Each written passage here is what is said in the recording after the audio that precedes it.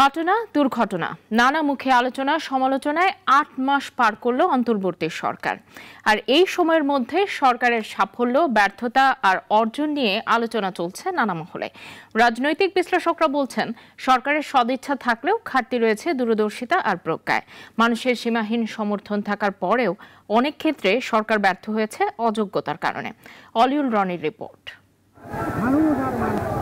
ছাত্র জনতার প্রবল গণ আন্দোলনে ২০২৪ সালের ৫ আগস্ট শেখ হাসিনা সরকারের পতনের ৩ দিন পর দেশ পরিচালনায় ডক্টর মোহাম্মদ ইউনূসের নেতৃত্বে শপথ নেন অন্তর্বর্তী সরকার। আমার বিবেচনার জন্য আনিত হইবে। সরকারের নিয়োগকর্তা শিক্ষার্থীদের দাবি মেনে উদ্যোগ নেওয়া হয় রাষ্ট্রীয় ও সাংবিধানিক প্রতিষ্ঠানগুলো সংস্কারের। লক্ষ্য স্থির হয় নতুন এক রাজনৈতিক বন্দোবস্ত প্রতিষ্ঠার। সে লক্ষ্য অর্জনের পথে ৮ মাসেই সরকারকে মোকাবেলা করতে হয় প্রায় ২০০র মতো আন্দোলন। ছাত্র, শিক্ষক, চিকিৎসক, নার্স, মোটর শ্রমিক কিংবা রিকশা চালক এমন বহু পেশার মানুষ বিক্ষোভ করেছে রাজধানীতে। গত ৮ মাসে আইনশৃঙ্খলা পরিস্থিতি নিয়ে অস্বস্তি ছিল জনমনে। এ সময় মব জাস্টিস নামে নতুন এক শব্দ যুগলের সাথে পরিচিত হয় মানুষ। রাজনৈতিক বিশ্লেষকরা বলছেন, এই সরকারের সাফল্য শুধুমাত্র বাংলাদেশকে ব্যর্থ রাষ্ট্রে পরিণত না করা। সরকারের দূরদর্শিতার ঘাটতি সফলতা থেকে ব্যর্থতার পালে বেশি হাওয়া দিয়েছে বলেও জানান তারা।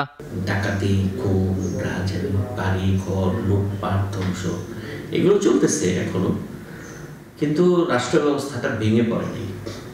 এটা থ্যাঙ্কস গড যে এটা মোটামুটি ঠিক করা গেছে।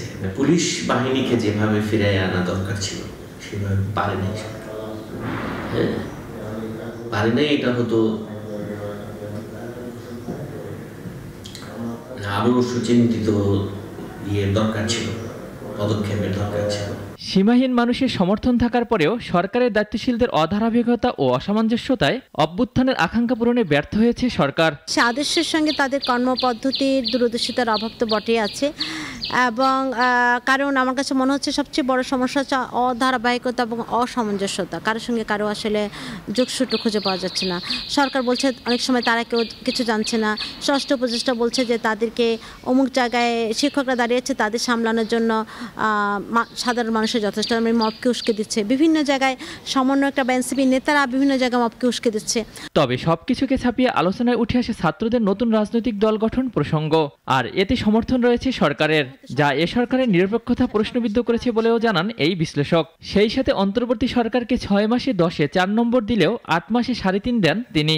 জনগণ যেভাবে হয়তো সরকারকে দেখেছে, সরকার সেটা আমি মনে করি না যে সরকার সেগুলো মানে জনগণের পাশে থাকতে সফল হয়েছে। সুতরাং সরকারের ব্যর্থতা এই মুহূর্তে আমার কাছে মনে হয়, আমি 6 মাসে দিয়েছিলাম সরকারকে 4, এই মুহূর্তে আসলে 3.5 পর্যায়ে চলে গেছে। যথাসময়ের মধ্যে নির্বাচন আয়োজন করে জনগণের নির্বাচিত প্রতিনিধির কাছে ক্ষমতা হস্তান্তরই হবে এই সরকারের সবথেকে বড় সফলতা বলেও মনে করেন রাজনৈতিক বিশ্লেষকরা। অলিউল রনি, নাগরিক, ঢাকা।